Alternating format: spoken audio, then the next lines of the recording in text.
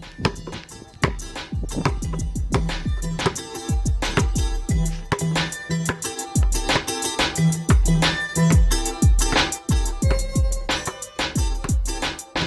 Hoop Heads Podcast is brought to you by Head Start Basketball. Hi, this is Don Showalter from USA Basketball, and you are listening to the Hoop Heads Podcast. Hey Hoop Heads! Wanted to take a minute to shout out our partners and friends at Dr. Dish Basketball. We've had their partnership manager and training specialist Jefferson Mason and their marketing manager Nick Bartlett on the show in the past, and we couldn't be more excited about what they're doing for the game of basketball. Their Dr. Dish shooting machines are undoubtedly the most advanced and user-friendly machines on the market, and they truly accelerate skill development faster than ever. Beyond efficient reps, Dr. Dish provides training expertise and versatility designed to develop complete players. The new Dr. Dish CT machine has further revolutionized basketball training with over 150 plus on-demand individual and team workouts from some of the best coaches and trainers in the game. These workouts include video instruction and combine game-like shooting drills with ball handling, conditioning, and agility drills. Along with workouts, the Dr. Dish training management system also provides stat tracking and analytics to track progress and ensure accountability. These are just a few reasons why top programs like Duke, North Carolina, Louisville, Florida, Baylor, and countless others are upgrading to Dr. Dish. Learn more at drdishbasketball.com and follow their incredible content at Dr. Dish B-Ball on Twitter, Instagram, Facebook, and YouTube. Mention the Hoop Heads Podcast and save an extra $300 on the Dr. Dish Rebel, All-Star, and CT models. Also, make sure to check out the new Dr. Dish Home Machine, which is perfect for these crazy times when gyms and schools are closed. Visit drdishbasketball.com for details. That's a great deal, Hoop Heads. Get your Dr. Dish shooting machine today. Winning games is fun, that's for sure. But the long-lasting things that, for me, are the relationships that I have and will continue to have with our players. They're lifelong friends. They mean so much to you. Establish those relationships by really getting to know your guys and really work hard at trying to make an impression and influence on them off the court as well as on the court. Pay attention to their academics, pay attention to their lives in general, and really try to influence them as people as well as players. Coach Steve Moore retired at the end of the 2019-2020 basketball season after amassing a 38-year career record of 846 and 245, including an extraordinary mark of 759 and 180 the past 32 seasons at the College of Wooster in the state of Ohio.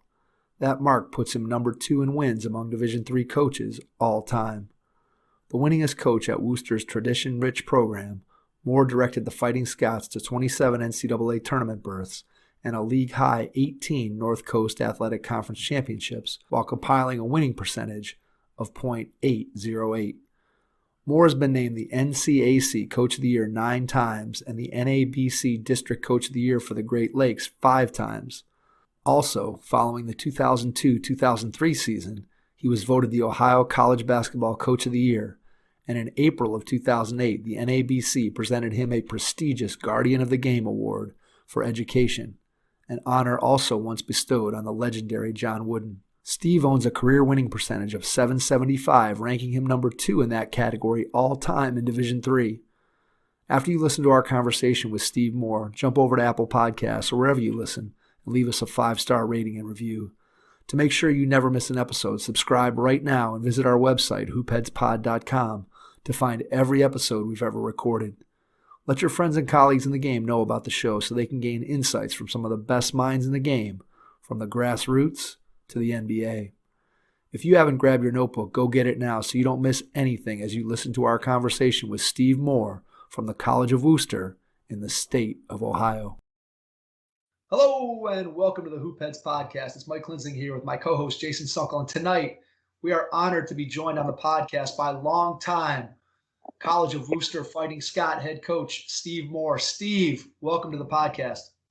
Thank you, Mike. Good to be with you guys.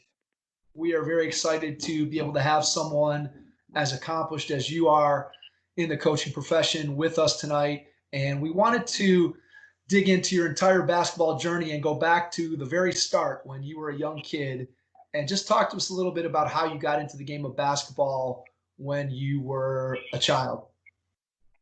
Okay, well, lots of years ago, of course. I certainly remember playing in what we called Pee Wee basketball. I think I was in the fourth grade, and there were a couple of gentlemen in the community.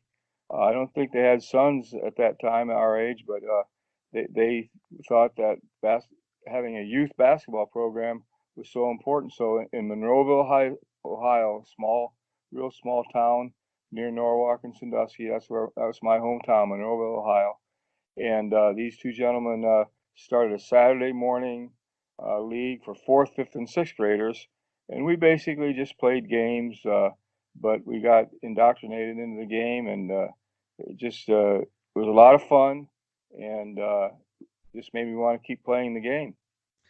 And so when you got that taste of, quote, organized basketball, then did you find yourself playing out on your driveway with your friends in the neighborhood, or did you just stick with that program, or were you playing everywhere and anything? I'm sure you were playing multiple sports when you were a kid out in the sort of the sandlot. Yes, that was it. Back in the days, we had, we were in the gyms that much, so sandlot baseball and football. But yeah, I had a basket in the driveway up against our barn that we had, and I would go out there and shoot all the time. Remember shooting when it was snowing, and shoveled the snow so I could, have a court to shoot on. And yeah, those are some good memories. A lot of outside basketball in those days. Was basketball your number one thing right from the beginning, or were other sports sort of its equal until you got a little bit older? Um, I would say basketball and baseball. We had a good little league baseball system in our town, and we played a lot of baseball. So probably up until junior high, baseball was right there. But I think starting in junior high, basketball started being the favorite. Once you started focusing in on basketball, do you remember what you did to improve yourself as a player? What were some of the things did you go and find games in other communities? Did you just work by yourself? Just explain a little bit of your process about how you tried to get better and improve as a player. Well, in high school, it was a lot on my own.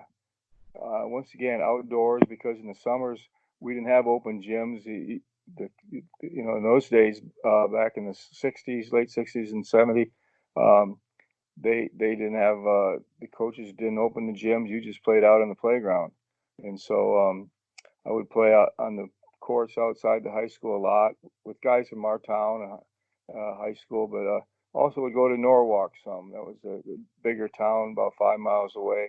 And I remember going over there and playing on the outdoor courts in Norwalk. So, yeah, in high school, I did those things. And then once I got into college, of course, in the summer times, I was working road construction. And one summer I was in Warren, Ohio, and had to scout around, find guys to play with. And then last couple of years when I was working road construction, it was closer to home in Sandusky. And so I would drive from actually, the job I was working on was in Vermillion, which is right down the road from Sandusky. So I would drive from a job be finish work in Vermillion. I would drive over to Sandusky and play on the playground there. There was a guy named Scott May, who was a couple years younger than me, but he was back home from Indiana playing on the court. So guys like that I got to play against in the summer. Yeah, that's one of the things that I think kids today miss out on is that playground culture. We've talked about it with a lot of coaches who are my age, 50 and older, that just remember those playground basketball days and just how people would congregate, and you'd have certain days and certain courts where some of the best players, whether it was guys home from college or just really good players, would congregate. And it's something that today I still think that's one of the, I don't know, saddest was the way to say it, but just I'm always disappointed that the playground culture of basketball is gone. And obviously there's some benefits to kids moving indoors into gyms, and I think there's better coaching that kids are exposed to earlier, but I think they missed out on something with that playground pickup basketball that you and I sort of grew up with. I agree, Mike. Those were a lot of fun. Those were fun days. Sometimes you get 40, 50 guys there, and on one court, and you'd have to wait your turn. And when you got on the court, you played hard, because if you lost, you'd get out. You were off the court, and it made you really work hard. It was a competitive thing, and it was a lot of fun too. Yeah, I agree. Some of my best memories of basketball are just not so much with the organized teams that I played on all through my youth and then on up through high school and college, but I just think about my time on the playground, the friends that I made, and just those memories are really, really special to me. When you think about your high school career, at what point did you start to consider or think or desire to play college basketball? At what point did that start to come onto your radar? Well, I do remember specifically when I was in high school. Back in those days, you didn't see as many college games on TV, and today there's just a game on all the time. But back in the late '60s, in 1970, I graduated from high school in 1970. There weren't that many games on TV, and but our high school coach, Jerry Everhart, took us. My junior year, we went up to Bowling Green. He took us to a game there, and Bowling Green was playing Findlay. And I just got so excited about basketball that game, watching that game live at Bowling Green State University. I just saw such intensity and hard work, which I'd never seen before. And I think that turned me on to basketball more than anything, and made me think, boy, I'd sure love to play college basketball. And then the next year, my senior year, the coach took us to Ashland University. Bill Musselman was the coach there. And boy, I was amazed at the talent level there. And in fact, they were playing Wittenberg, where I ended up playing. I had no idea I would end up playing there, but I watched those games, and that just inspired me to watch those college games in person. And I think that's when I decided I really would like to play in college.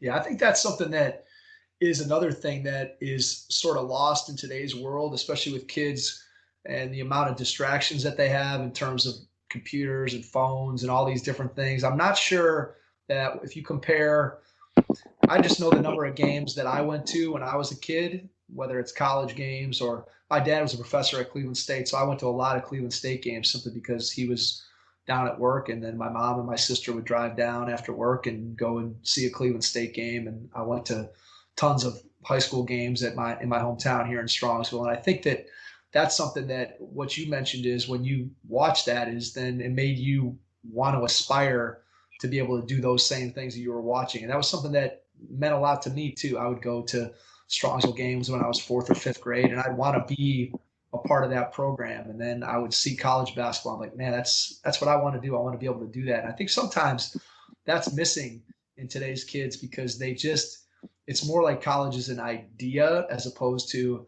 they've really seen a lot of games. I know we've talked to some other Division III coaches. I'm probably sure you could speak to this too, is when you're recruiting kids, we've had other coaches say that, they'll be sitting in the room with a recruit and his parents and say, well, the kid's kind of like, well, I'm not sure I want to go Division III. I think I'm better than that level. And the coach will say, well, have you ever been to a Division III game? Have you ever seen the level of skill that it takes to play at this level? And I think a lot of times kids just aren't seeing those games. Have you found that when you were recruiting kids, that kids you were talking to have never even seen a Division III game? Most definitely, Mike. I think so many people out there don't really realize how good of players there are in small college basketball, Division II and Division III. They see, the kids and even parents and just the general fans watch the major college games on TV, and they don't realize how good their small college players are. And guys think, well, my high school has more students than Worcester has. So therefore, I could easily play there. I would be really good there, and they just have no idea. Yeah, absolutely.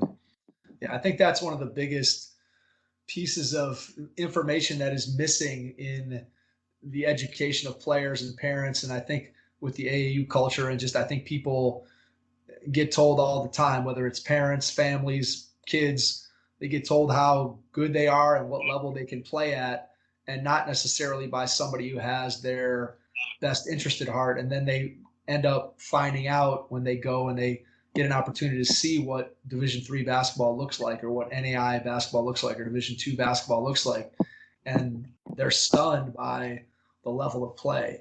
And I think for anybody who hasn't gone out and gotten an opportunity to see that, especially if you're a middle school parent of a middle school player, get your kid out to see a Division III game. If you're a high school player and those are some of the schools that are recruiting you, you want to go out and see those games and watch the high level of play that is prevalent everywhere in Division III basketball. And I think it's just something that we've tried to do that here on the podcast by talking to lots of different Division III coaches, just to get the word out about the quality of, as you said, small college basketball and how good those players really are. I don't think people have any idea.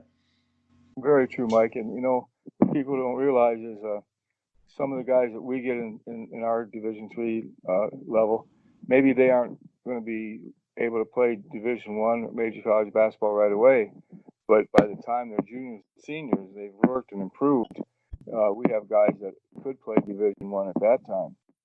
So, and that's why we've had a lot of success at Worcester, because we've got guys who have improved and gotten that good. And but yeah, you're right. People don't realize it, but I think a lot of high school coaches do. Yeah, and I think that's probably something that's improved, I would guess, over the years, is that have you found that high school coaches today are more aware of the recruiting process maybe than they were, let's say, 25, 30 years ago?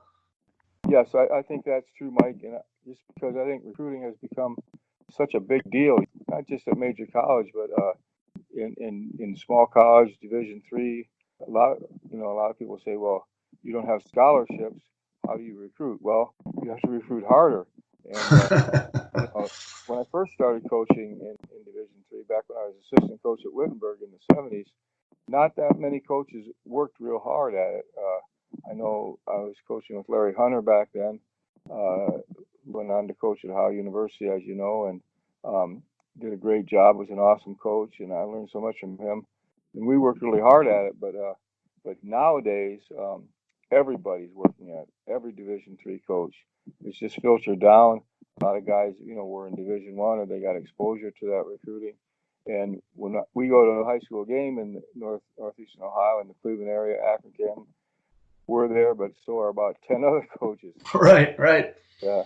So it's very, very competitive, and so therefore, the high school coaches, they're talked to by a lot of Division III coaches, NAIA coaches, like you say. So they understand, and they get it, and they're really important to us in educating the high school boys.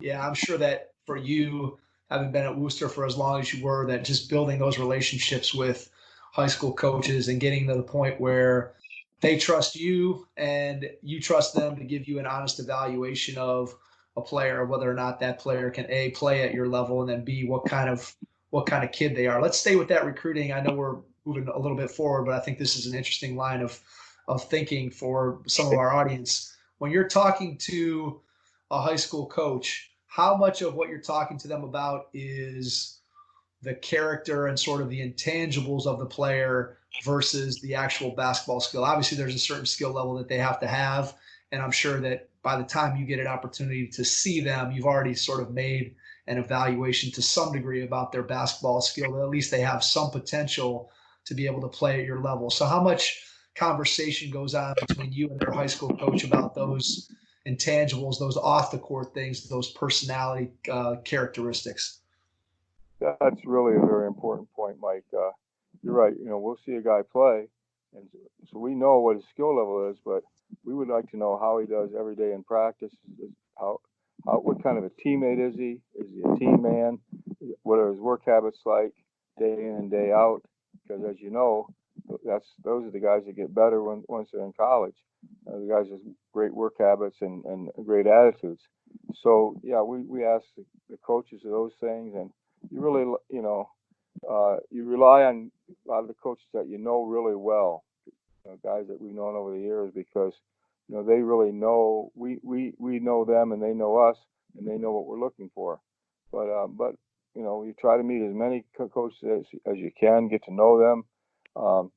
I've been very blessed at Worcester for so many years. Coach Doug Klein, who a lot of our listeners know who I'm talking about, has now assumed the head coaching job at the College of Wooster with my retirement.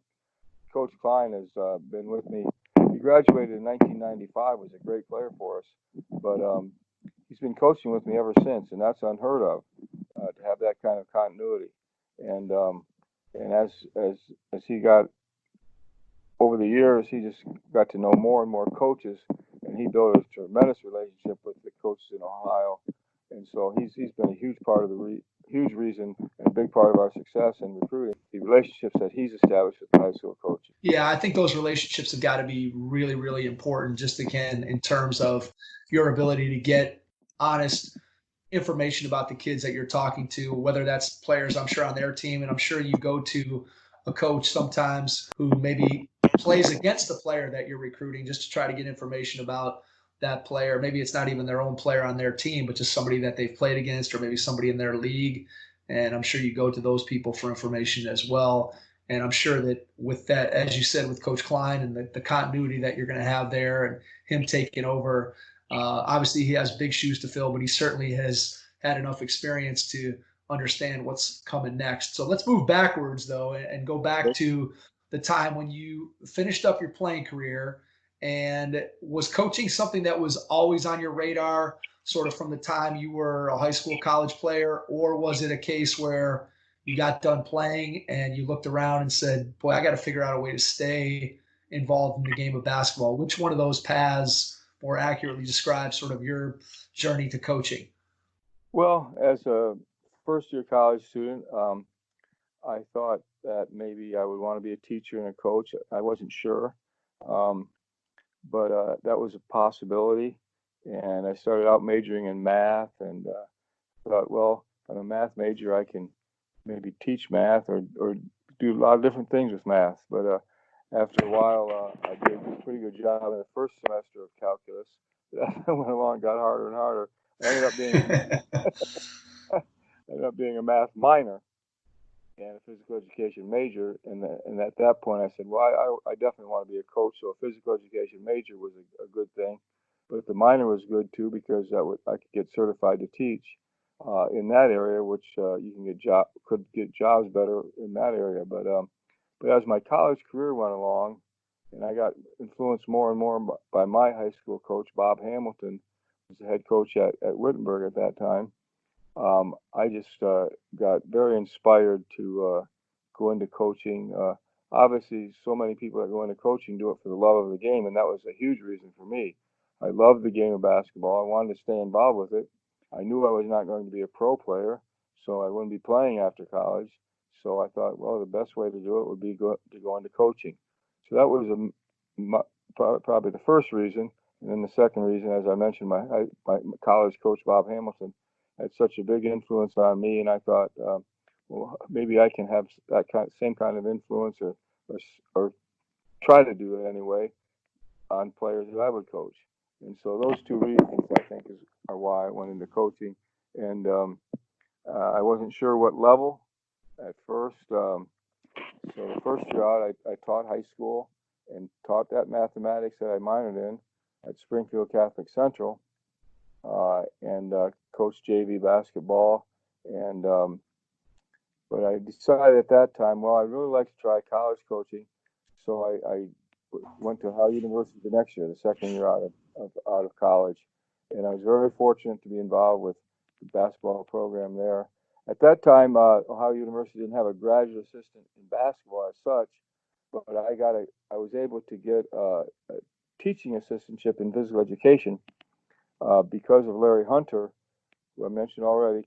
Coach Hunter became the assistant coach at Wittenberg my senior year when I was playing, and he was able to get me involved with the Ohio University Bobcats basketball. Dale Bandy was the head coach, and Larry had played at Ohio University, and so I was able to somewhat volunteer and be their graduate assistant while I got my master's in physical education. So that was my second year out of college, and it was a great experience. Mike Wren was the assistant coach there, and Dale Bandy was the head coach, and Bill Brown, who later on became Division I assistant and Division I head coach, and coached at Cal of Pennsylvania, was the assistant coach. And those guys, it was a great situation for me. I learned a lot of basketball there, and I was very fortunate to get my master's at Ohio University. All right, two questions. One, what do you remember from that first JV year? And then I want to ask you a question about what some of the things were that you did when you were a graduate assistant. But let's first go with what was it like when you first stepped in front of your first JV team? What was that experience like? What do you remember from that very first year? I just remember that going into the job, I thought that I knew everything. I I know thought, that. I know that feeling. I felt the exact same way my first job. yeah, here I played in college, and I thought, well, I know how to coach. Well, I found out right away I didn't. Uh, we had some nice young men, and we worked hard, and they were good, skilled players, but I wasn't a very good coach, and we went against some teams that had some good players and good coaches, and I learned a lot. I learned that number one, I learned that I didn't know very much about coaching, and so that was a great educational experience. But it was a great school to be at. Some fine people. Russ Gunther was the head coach there. Mike Ullman was assistant coach. Mike today is still a good friend of mine. But it was a good year. I was around good people, great people, and but I realized that I really didn't want to teach mathematics for 30 years. I, I had taught, I think, 5 or 6 sections of Algebra 1 in a day. And at the end of the day, I thought, my head was spinning, and I thought, man, did I say that in this class, or did I say that in Right. the other? Yeah. And and so I thought, well, I admire teachers who teach for 30 years with these in high school, junior high, elementary, but I just wasn't able to do it. I didn't think for all those years. So I decided, well, I'm going to go back and get my master's and see if I can get into college coaching. And so I was very fortunate to land at Ohio U, and then I know you want to probably ask me about that year at Ohio U, but Yeah. What were some of the things you did during that? What was your role? Do you remember what some of the assignments, some of the tasks that you had during that year? yeah. What was really interesting, here's a good story. Um, okay, they had a JV team of walk-ons at that time, and I think part of the reason was to see, well, maybe they could pick up a couple of guys that would eventually be varsity players for them, but a lot of it too was Bill Brown, who's a great player for Ohio U there. Um, he was of my age, so he was like his second year out of college. And I think Coach Bandy wanted him to get some coaching experience. I don't know if you talked to Coach Brown if he would say if this is true or not, but that was my memory. And so he was a JV coach, and I helped him out. You know, I came in as a volunteer and and they said, well, you can help Bill out with the JV guys. And so the first game of the JV season, we played Marietta College, who had a bunch of recruited players. Their freshmen were recruited, good high school players, whereas a lot of the OU guys were walk-ons and good players in their own right, but we didn't really realize that Marietta would had that good of JV players, and they kicked our butts, and Coach Mann said, hey, we got to get some players. Bill, you're going on the road. Steve, you take over the JV team. And so I coached the JV team, and it was a good experience. Some nice young men, and I think one or two of them ended up actually.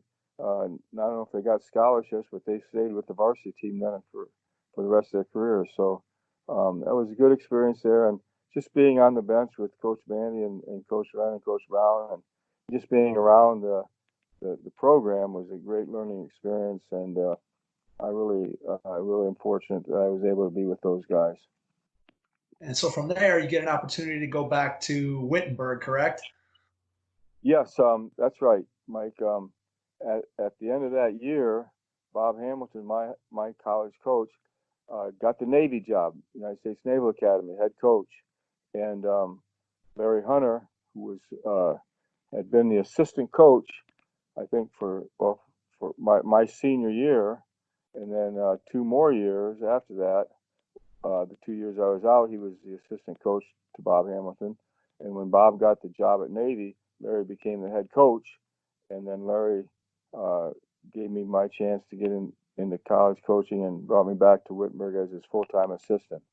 and so that's how I got back there as assistant coach, and then I coached with Larry. I think for 5 years. I was with him, and those were 5 great years. We had some outstanding players, and we won the national championship in the first year back when Larry took over.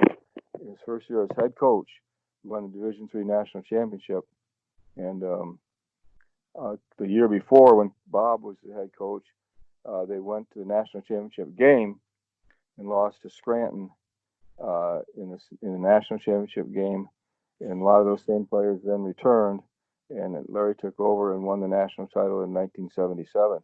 So that was a great experience. And then we had some other good teams, and before I left to become a head coach in Pennsylvania, that was a great experience. I learned a lot from Larry about coaching, of course, and unfortunately, Larry passed away just a couple of years ago when he was coaching at Western Carolina. But Larry was just a tremendous man, tremendous coach, and he meant the world to me, and I'll forever be indebted and thankful to him for giving me the opportunity to coach with him.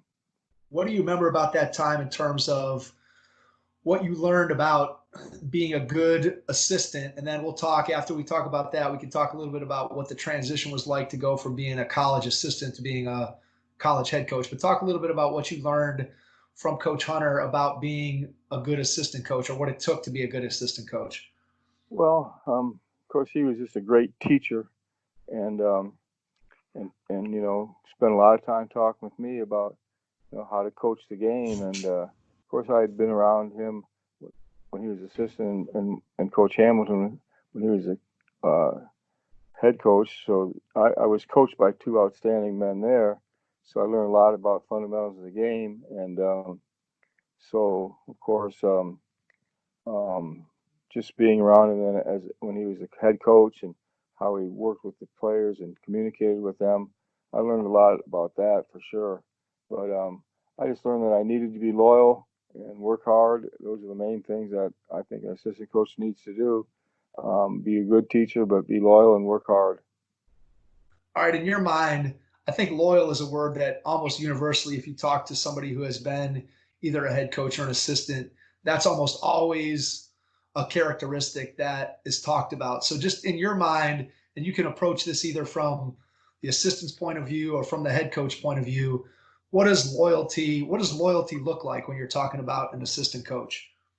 Well, number one, you got to back the head coach up in every single way.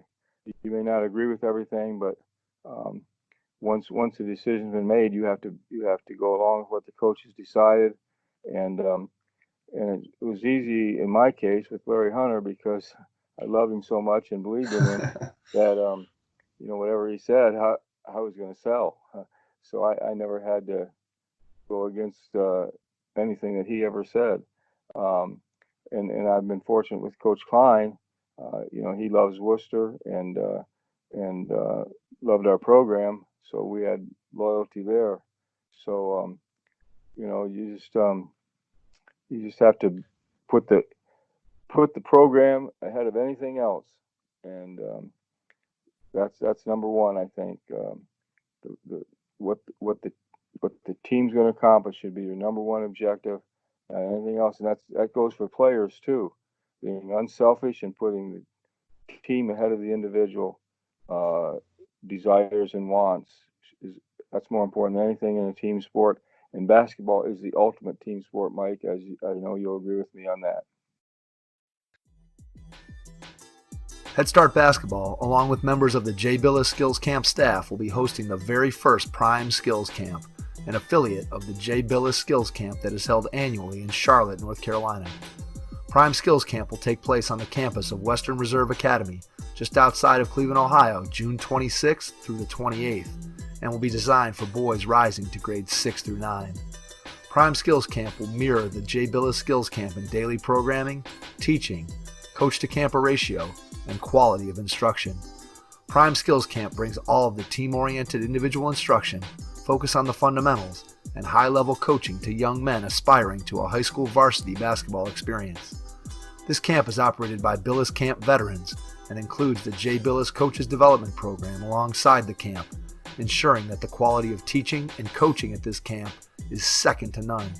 Please visit headstartbasketball.com or jbilliscamp.com for more information or to get registered. Basketball, because everybody can quote do everything. You don't have, even though we have positions in basketball, it's not like the difference between an offensive tackle and a wide receiver in football, or the difference between a pitcher and a center fielder in baseball. In basketball, you definitely have to be able to, I think, as a coach, communicate players' roles to them and then get those players to buy into the role so that that five-man unit can have success. And if you can't get your team to buy into their roles and get everybody working together on the same page, as I'm sure you know well, things can go south very, very fast if people have their own personal agendas, as opposed to, as you said, making sure that what their number one goal is to help the team be successful. And that's, I think, somebody who's had success as a coach, I think if you can point to anything, that's probably what most coaches would attribute it to, is your ability to get players to buy into the team concept. And coaches that do that tend to have a tremendous amount of success. Oh, boy, that's for sure, Mike. Every player has to sacrifice something one way or another. It's different for each player to player. Some guys have to sacrifice and not be a starter. They worked all summer long. They wanted to be a starter, but it's for the best of the team that they're not a starter. Some guys get to start, but they might not get to shoot as much as they'd like to, or score as many points as they'd like to. So they have to sacrifice. And even the top scorer, he has to sacrifice some things one way or another. Maybe if he was on another team, he would average 20, but because we're going to be team oriented, he's going to only average 15 or 14 maybe, and not maybe get some of the individual honors. But the team success comes first, so everybody has to sacrifice something. And that's really true in life, and that's how business can be successful if everybody puts the team first.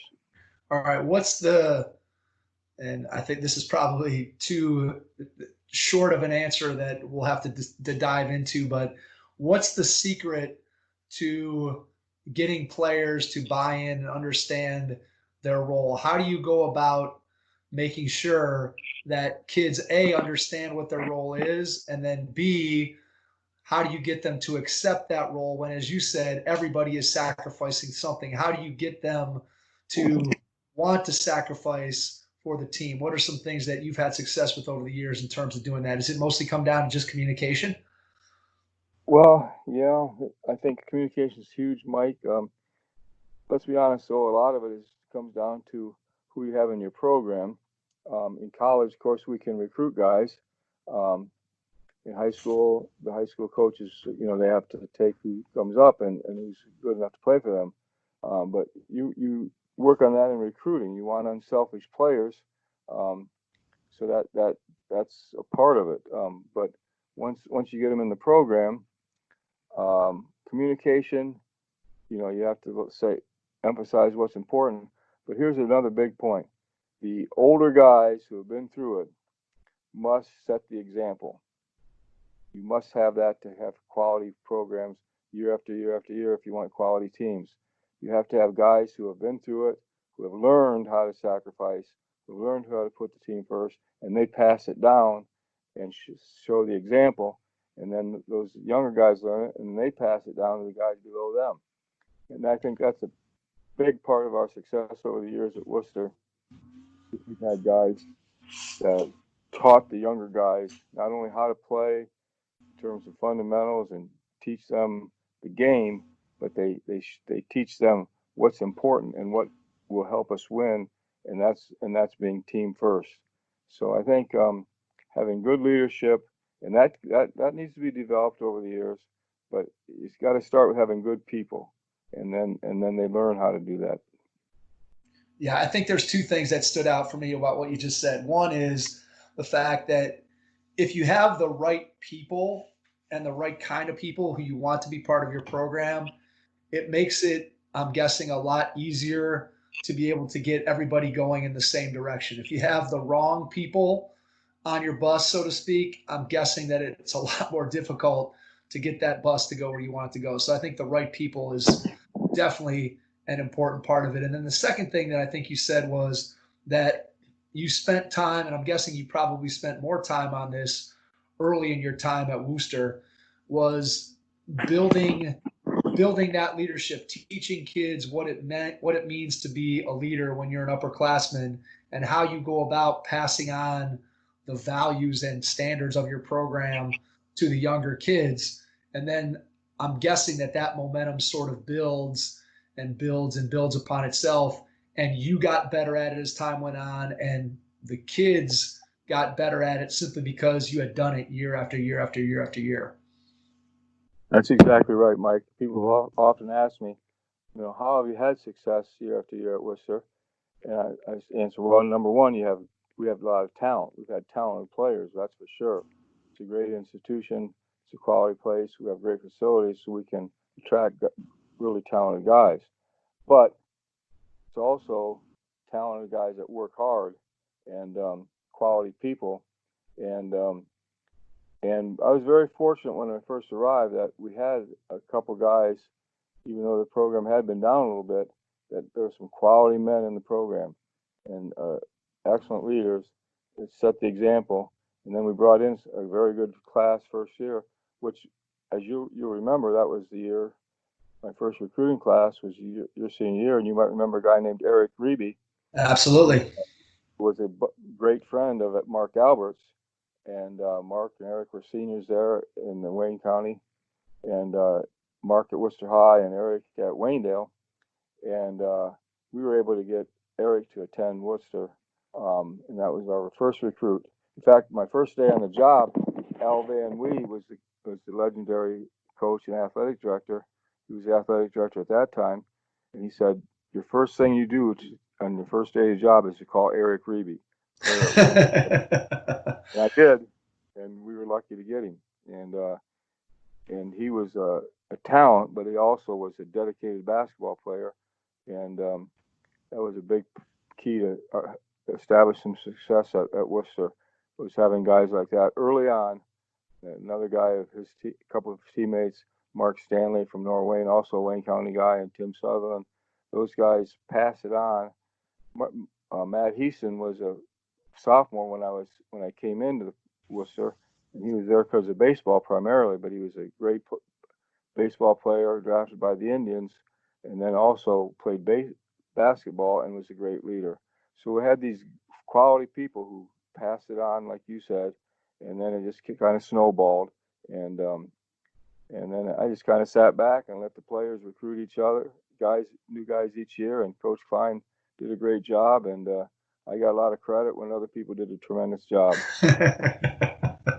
There's nothing wrong with that, but I think that it's interesting just to hear you talk about just the process of getting the whole thing started. And I think it still comes back to what you said a couple minutes ago, is you get the right people in place and everything gets easier. Things that you want to do, things that are important to you, ways you want to go about instilling the standards and culture of your program all become easier when you have good people that are a part of what you're doing. And that goes from your coaching staff to your players. And obviously I remember Eric very well, because just like we talked about before we jumped on here, playing against Mark Alberts in the summertime, and played against Eric in the summertime as well.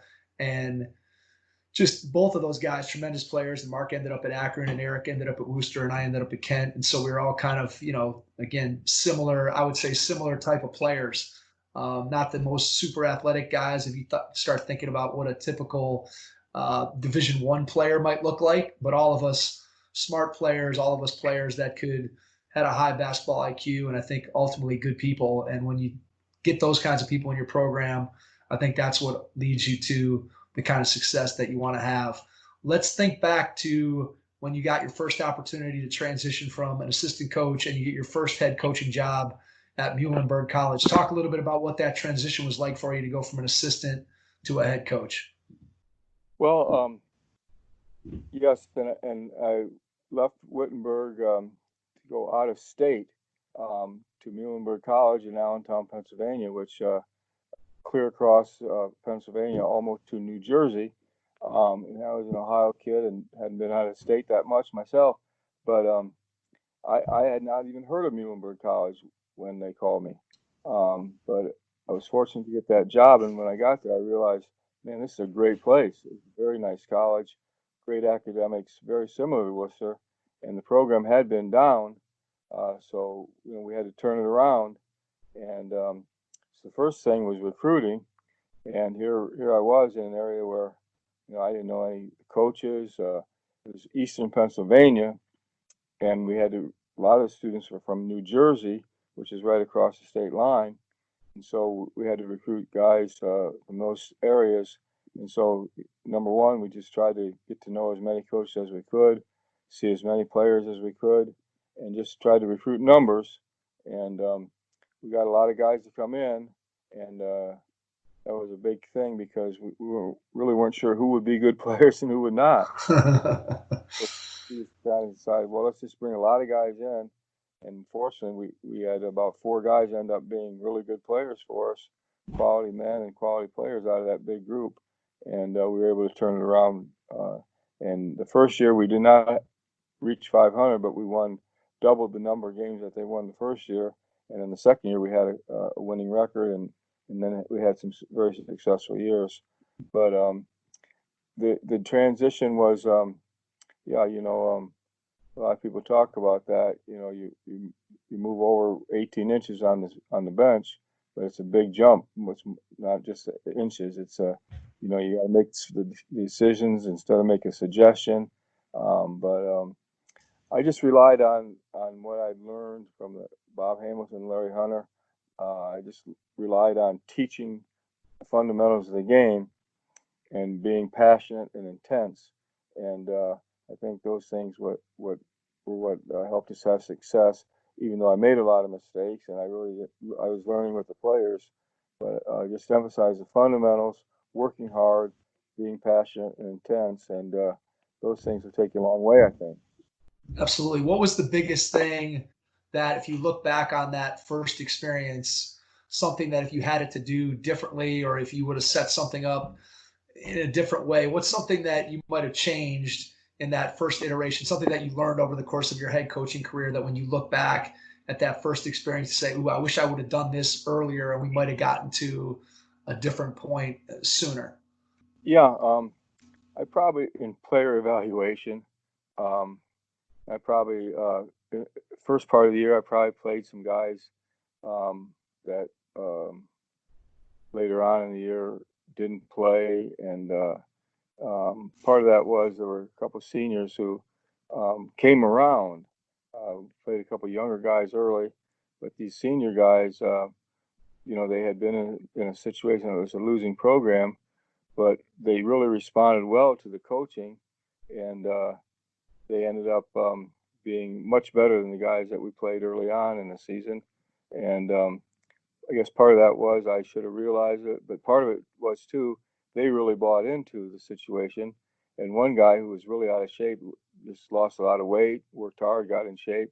And another guy just changed his attitude and worked really, really hard. And those 2 guys ended up being our guards and did a good job for us. So I guess to answer your question, recognizing maybe right away, who was going to be the guys to get it done. And that's a big part of coaching is, evaluating your talent and recognizing. And when I was a young guy like that, I made some mistakes, I have to say. Yeah, I think that's something that sometimes people from the outside, maybe who haven't been involved in coaching, don't always understand that evaluation piece. And I think that if you think about you think about parents who are clearly biased towards their own kids in most cases, but then you just think about the general fan, and we know that there's any given game that you go to, there's 500, 1,000, 2,000, 3,000 other coaches that are sitting up in the stands second guessing what you're doing and thinking about and offering their opinion about what it is that you're doing down on the floor. And I think that, it ultimately comes down to, as a coach, when you're talking about evaluating your talent and trying to put your best team on the floor, there are times where, again, do coaches make mistakes? Sure they do. And I think probably, as you've stated, the less experience you have, I'm sure the more difficult that is. And I'm sure that as it goes along, you start to find and recognize A, the characteristics that you look for in a player, and B, you just get better at finding and identifying the guys who are going to help you to win with the style of play that you want to play. That's right, Mike. And another thing is, I think as time went along, I learned that, you motivate guys in different ways. Some guys you can really get intense with, some guys you can't be as intense. And I think that was another thing I learned as time went along. You have to realize the player and how to motivate him and what he reacts to, what he'll respond to. I think that's something that the coaches get better at as time goes along. How long, when a kid first comes into the program, how long does it take you to get to know that kid? And I'm sure it varies, obviously, person to person, but just in general, how long does it take you as a coach to be able to get an understanding of how that kid best can be coached and what they react to best in terms of your style of interacting with them, your way of coaching them? How long does that process typically take? Well, as you said, it can be different with different guys, but some guys you find out right away. Other guys, they'll fool you a little bit, and so it takes a little while. Maybe you get into the season and play some games before you know for sure. But it's a process, Mike, and Coach Klein's great at that, and I relied on him heavily over the years, and how different guys would receive coaching, and he's been good at that ever since he was a young coach. So yeah, he's going to continue to do a great job. There's no doubt about it. All right, so let's talk about how the opportunity comes for you to leave Muhlenberg and go to Wooster. It sounds like the situation at Muhlenberg was a pretty good one. So what prompted your decision to go and leave and go to Wooster? Well, Mike, it was a very good situation. We had won a couple of titles in our division in the Middle Atlantic Conference, and it was a great school. It really was top-notch academics, and we had some nice young men there that played hard for us. And but it was all about family. My wife's from the same hometown, Monroeville.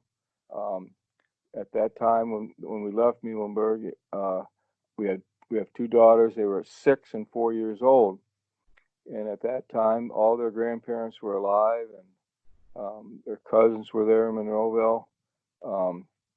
And so we wanted to be closer to family. And Worcester was an hour away from the hometown. And when that opportunity came to apply, that was almost a perfect situation. And so, while it was very tough to leave Muhlenberg, some of those players are still very close to me. And I love those guys, and it was tough to leave. But it was all about family, and it worked out great because my daughter's grandparents were still alive for several years after we moved, and they were able to grow up and be around them. And it was a great location. Not to mention, it turned out to be a great place to coach at also. Absolutely. All right. Before we dive into the program, I want to ask you, I think this is a good point to ask this question. How did you, as a head college coach, how did you balance the needs of your family with the needs of the basketball program? Because I think that's something that coaches at all levels, you talk to them, and almost universally, I think there's that struggle. There's that push and pull of my family needs me at home, my players, my program needs me at school. How did you go about balancing or trying to keep both sides of that equation happy, so to speak? Well, I have a tremendous wife who was a tremendous mother, and my wife Jane did a great job with the daughters, and it was tough though, to go recruiting on a Tuesday night and a Friday night when they'd want you to stay home and watch a movie with them and have popcorn, and but you had to get to those games because if you didn't, you weren't going to get the recruits. I remember my daughter Beth holding on to my leg, saying, "Daddy, don't leave, don't go to recruit. I want you to stay home."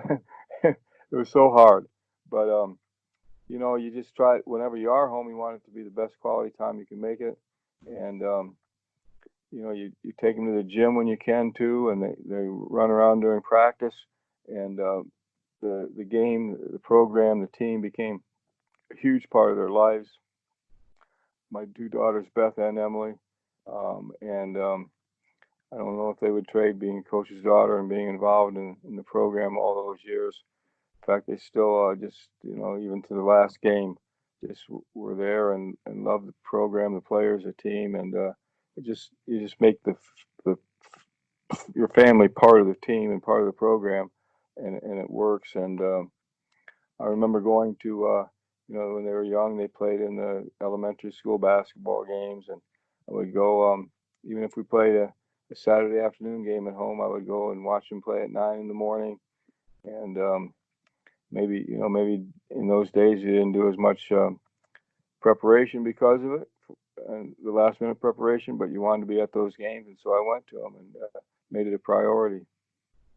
I think being intentional about it is one of the things that comes through there. And it's one of the things that I think a lot of coaches have mentioned, that it's really easy to lose sight of what's really important and get caught up in your season. And we all know how important our season becomes to us as coaches when we're in the midst of it. And I think it's important to be able to step back and be able to see that there is that bigger picture, and you do have a wife and daughters or family at home that need you as well. And I think striking that balance is always something that coaches found challenging in the past, and I think it's going to continue to be a challenge in the coaching profession as we move forward. And it's always good to hear stories of guys like yourself who were able to balance that out and be able to be both a great coach and have the tremendous success that you were able to have, and then also be able to have those family relationships stay intact. And, unfortunately, we hear about so many coaches who get divorced and just don't have those quality family relationships that you were able to maintain throughout your entire career. And I think that that's something to be held up as an example of that it can be done, and you just have to work really, really hard at it. And as you said, you got to have a supportive spouse at home in order to make that happen, for sure. And I think most coaches who stay married during the course of their coaching career would agree with you on that 100%, that you got to have somebody at home who's 100% in your corner. Boy, that's for sure, isn't it, Mike? That's extremely important, no doubt about it. All right, let's think about back when you first got there. And obviously Wooster had a tremendous tradition before you got there, but in your first year, when you first set foot on campus, do you remember back at that time, what were some of the things that you thought you had to do personally in order to be able to continue and build on the success that was already there? Okay, I think it was number one, to establish discipline. The tradition had been there. Al Van Wee was the coach for many years. Mose Hole before him, great program, but it slipped for a little bit for 4 years there. I think after Al was out of coaching, and a couple years before I came, they had losing records, and I think they lacked some discipline. And so, we came in and tried to establish that right away by making sure everybody was on time. We're very strict about that. We established some workouts in the morning just to make sure that find out who really wanted it, who would really pay the price and sacrifice and come in early in the morning to do workouts. And so things like that, and just making sure guys were on time, making sure at practice that guys stayed on task, and listened and played team basketball, established discipline in terms of teamwork and togetherness. I think those intangibles, teaching the game was important too, but those intangibles in terms of discipline and doing things the right way on time had to be established. That those things had slipped up, I think. But then I think too, teaching the game, going back to a very fundamental approach. I think that was a key thing right off the bat, was teaching the guys, working on passing, working on how to throw a correct bounce pass, how to jump stop, how to pivot. So I think some of those things had slipped in that program before we came there, and so we became very fundamentally sound, very fundamentally oriented, I should say, and tried to be fundamentally sound work on the fundamentals of all fundamentals of the game, and instead of just trying to get a lot of stuff in team wise, we really tried to be fundamentally oriented. I think that was a big key, Mike. Coaches, we've teamed up with Coach Tyler Whitcomb so you can now purchase his exclusive new playbooks right from the Hoopheads Pod website. If you're looking for ways to improve your team next season, these playbooks blend affordability with the quality content that serious coaches are looking for. Just visit hoopheadspod.com/store and you'll find playbooks from John Calipari of Kentucky, Leonard Hamilton from Florida State, and Mike Young of Virginia Tech. Check out these great resources at hoopheadspod.com/store. So if you're developing and you think about, and this may have changed over the course of the time, obviously, that you were there, but when you think about putting together a practice plan, how much of the time would you say was focused on what somebody from the outside might call individual skill development fundamentals versus how much was focused on putting in team stuff, offensive and defensive team stuff and out of bounds plays and that kind of thing? How would you characterize the split in time between individual skill development and the development of your team? Well, like I said, early on, first year, we were really that way. And I don't think we changed that a whole lot that way over the years. Even in the last year coaching, we would be very fundamental in our teaching at the beginning of the year. And I think that's one of the reasons why maybe our teams would always play well later in the year, because we would work on fundamental things early, maybe not get team things in as much. Then by working on those fundamental things throughout the year, I think we would play better at the end of the year when the tournament time came. And so that's been our approach, and maintain that approach. But in terms of time, I think you got to work on the team things for sure. But we spend time with basics of the game early on in practice, working with individuals, working on individual skills throughout the year. So I'd say that you try to balance it up: individual work, teamwork, balance your defense and your offense too. We've received a lot of notoriety over the years for people said we've been successful because of good defense, and that's been a part of it. But we emphasize offense just as much. And Coach Pine's a great offensive coach. In fact, the last many years, he was the offensive coach, and we kind of had like football, offensive coordinator, defensive coordinator, and Coach Pine's been in charge of the offense. So, but I think you have to work hard at both ends of the court to be a championship team. So at the beginning of your career, did you not have those roles as clearly defined for your assistants at the beginning as you did at the end? That's correct, yeah. Mike Worrell was our full-time assistant in the early years, and as Mike coached with me, I just gained more and more confidence in him, and he was an outstanding coach and went on to be a head coach at Illinois College. And I was very fortunate to have him because he was also an excellent recruiter. So he was the full-time assistant until he left to go to Illinois College, and that's when Coach Klein took over. But then just having Coach Klein with me for so many years, from 1995 until the present, that's a long time. So he just kept getting better and better as a coach, and it just evolved. He's really good at watching the pros and the major colleges and getting new ideas for offense and adjusting our offense to the personnel. He's been great at that. And for example, in the right around 2005, 2006, we stopped having a lot of big post players that we could go inside with the ball. And so we had shorter, faster players on the post areas, and our guards were fast and good shooters. So we played much more up-tempo. And Coach Klein was the reason for that. He did a great job recognizing that. And so we changed based on our personnel. And I think that's an important thing in coaching.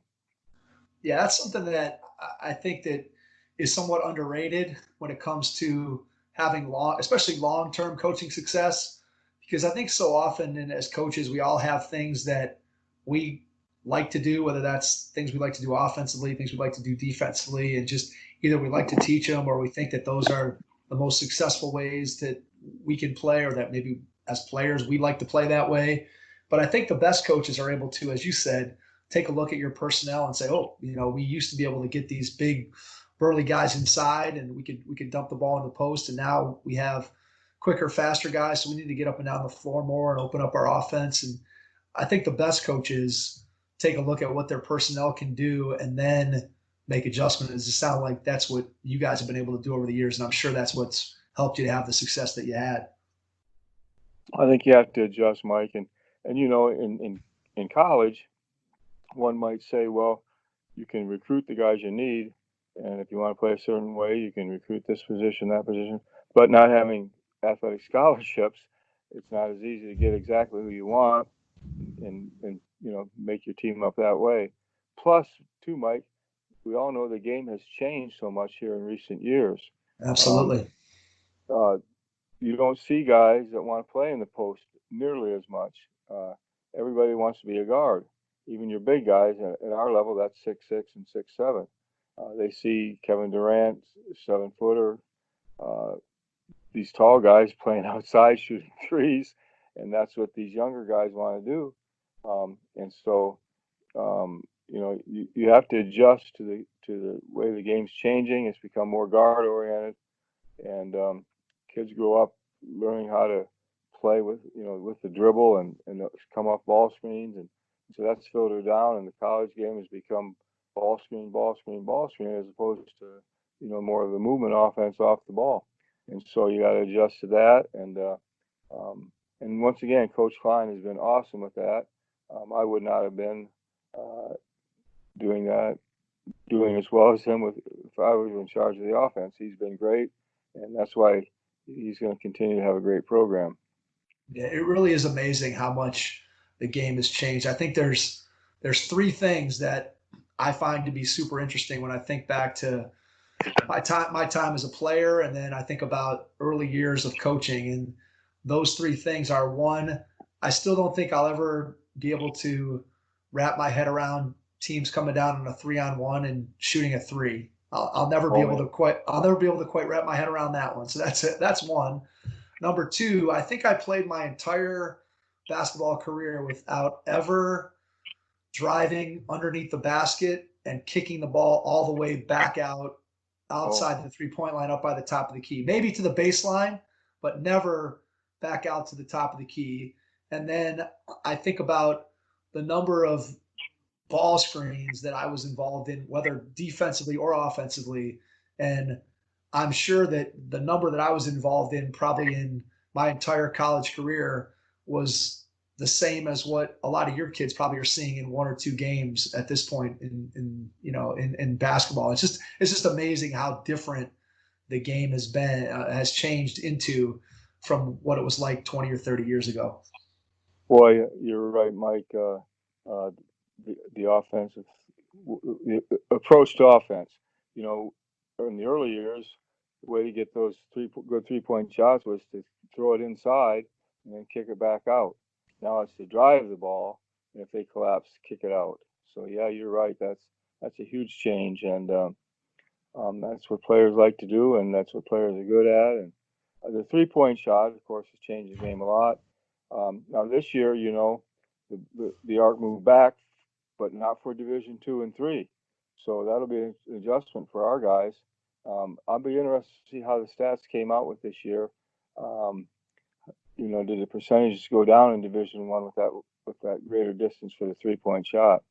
But now that was delayed a year for small colleges because the administrators, I think, thought that small colleges might not be able to repaint their floor, so they gave them 2 years. So now all college basketball will be the longer arc, the international distance, the 22-foot plus, as opposed to 20-foot 9 inches. So that some people might not realize that in Division II and III, we played with the 20-foot 9 this year, and we'll make the change for next year. Yeah, you would have to think that at least initially in the first year or two, until teams and players get adjusted to that, you would have to think there would be the percentages would have to go lower at least for a year or two until people kind of catch up. And then just Yep. there's so much good shooting in the game today. Yes. Again, compared to you compare it to 20 years ago where you might have had two or three guys who could shoot it from out there with a kind of consistent basis. And now you just have so many more kids that can stand outside that line and knock shots down compared to what it was like in the past, for sure. I agree. And players will adjust. You know, and right now we have some guys with the range that shoot it, further out, but some guys will have to work and improve their range. But isn't it amazing though that the NBA 23-9, how those guys make those shots at that distance? Oh, it's Um, incredible. The shooting today is just it's unbelievable, honestly, at all levels. When you look at, I think just from a sheer, like I said, to me it's more about yeah, there are some guys who are just unbelievable, and clearly at the NBA level, there's guys that are fantastic, and even in the college level. But what I'm amazed by is the depth of guys, of players who can shoot the ball and who are more skilled. And I think this is a conversation that I'd like to get your opinion on it. We've talked to some other coaches, and I think that if you look back again, let's say 15 or 20 years ago, I think that kids today, especially if you look at like a high school roster of basketball players, I would say players 9, 10, 11, 12 are far more skilled than the players 20 years ago. Now, I don't know if they're better basketball players if they have a higher basketball IQ, but I know for sure that player 12 on a high school team today can do more things with the ball, can shoot the ball better than the 12th man 15 years ago. Would you agree with that? yeah, I think that's probably right, Mike. Yeah, I think so. And that comes from a guy who was a great shooter in your own right, right? I mean, you were a very good shooter. Yeah, that was back a long time ago, but yeah, I could shoot a little bit, I guess. That was a strength. Mike does not like to talk. Mike does not like to talk about how he can shoot the basketball. He does not like to talk about it. I still see him shoot the ball well. By the way, I've seen him shoot the ball well. He won't admit it, but he does. Once a shooter, always a shooter. Yeah, I think there's something to be said for that. Although, to be honest, I wish I could still be the guy that could get up 300 shots in a day. I should probably be out on my driveway now while we're all quarantined, just getting shots up all the time. Probably should spend a lot more time out there. So, but yeah, shooting is just it's obviously a skill that is always going to be valuable no matter what. And I think in today's game, with the rules the way they are, it's more valuable at this point than it's ever been. Yeah, and like you say, more guys shoot it. For example, 20 years ago, you only had you had two post-up guys. The four spot, the power forward, that guy was around the basket. Now he's a shooter, right? They call it stretch four, and now everybody wants to be a stretch five, or five man wants to shoot the ball, the center. So, that's makes it hard to guard when you have that many guys who can shoot the three. So that's where basketball is going. Absolutely. There's no question about that. All right, I wanted to ask you, obviously you were at Wooster for a long, long time with a tremendous amount of success. I'm sure at some point along the road that some other schools came calling, maybe some at a higher level. Just explain the thought process of staying at Wooster for as long as you did. What was special about Wooster? What did you love about the place? What made you want to stay there for the duration of your 30-some years? I guess number one, the quality of the young men that I coached. Just year after year, we get really good players, good enough to win for us. We're also quality people, and it's a pretty good situation to be in. And I guess if I wanted to coach in major college, when I was young coach, I would have needed to go be an assistant. Now, some guys go from Division III head coach to Division I, but that doesn't happen very often. If you want to be in Division I, you need to, start out in Division I as an assistant. I think I just decided that I would rather be in small college. That suited me better. I was better suited for that, and it just worked out to stay at Worcester. It was a great situation, really great community, great place for my daughters to grow up, and we had great support too, Mike. I think you probably know that our attendance at the games is outstanding for small college. We've been in the top 5 in Division III and nationally in attendance for years and years. So we get great support. Our fans love our team, and that's a fun situation to be in. Yeah, absolutely. It's fun to be able to play in a gym that's full of fans, where there's a lot of excitement, and being able to coach or play in that environment. There's nothing better in a game of basketball than being able to play and coach in front of a packed house night after night. And then obviously with the success that you were able to have, that leads more and more people to want to be supportive of your program and come out and watch you play. I want to ask one final question here, Steve, before we wrap up. And that is, if you look back on the totality of your career and a young coach came to you looking for advice. So a 22, 23-year-old coach comes to you and says, Coach, I want to be able to have a long, successful career in the coaching profession. It doesn't necessarily have to be at the college level or the high school level, but if you had 1 or 2 pieces of advice for a young coach, what would you say to that young person who came and asked you for advice? Well, I think I would tell them to work at establishing good relationships.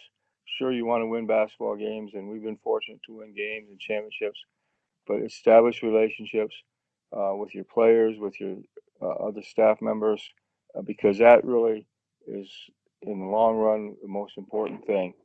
And winning games was fun, that's for sure, but the long-lasting things that, for me, are the relationships that I have and will continue to have with our players.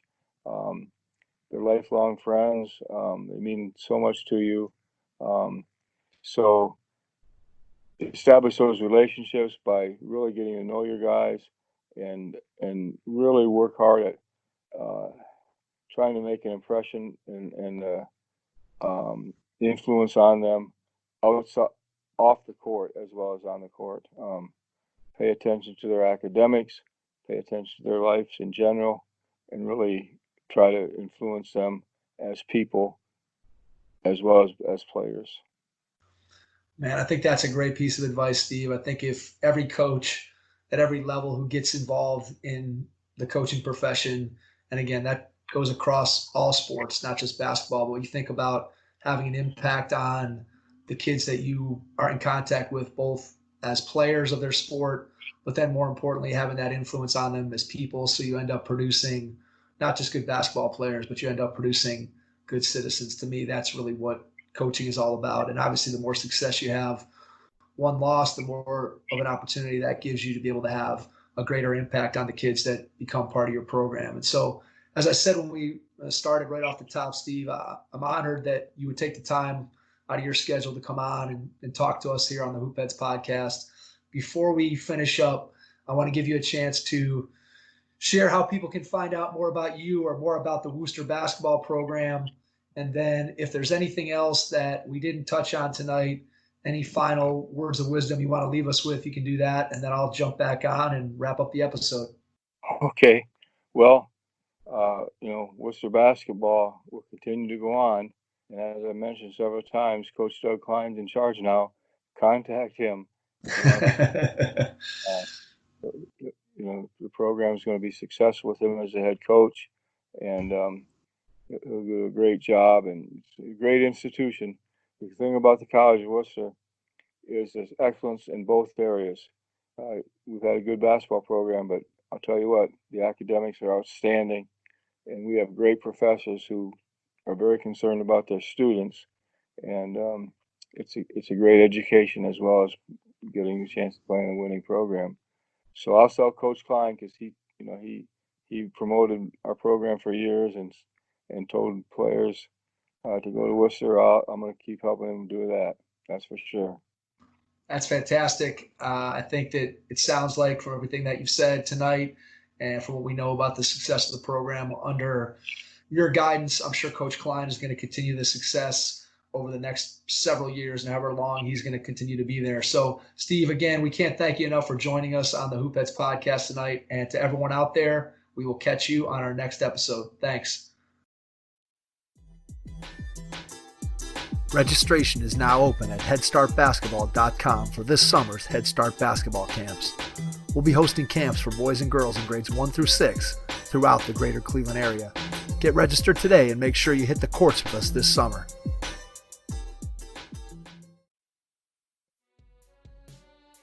Hey everyone, last year at the Junior NBA Summit, I came across an amazing company called iSport360 and its founder, Ian Goldberg. Their youth sports app gets coaches, players, and parents on the same page. Your team can set goals, share player feedback, training videos, sticker rewards, player evals, and practice assignments. All of this to foster a healthy team communication and culture. If your team or club struggles to keep open lines of communication, especially among teen parents, iSport360 can help. If you want to empower your athletes to have more success, more confidence, and more communication with their teammates, give iSport360 a try today. Shoot me an email, mike@hoopheadspod.com, or give me a call at 216-392-4059 to learn more.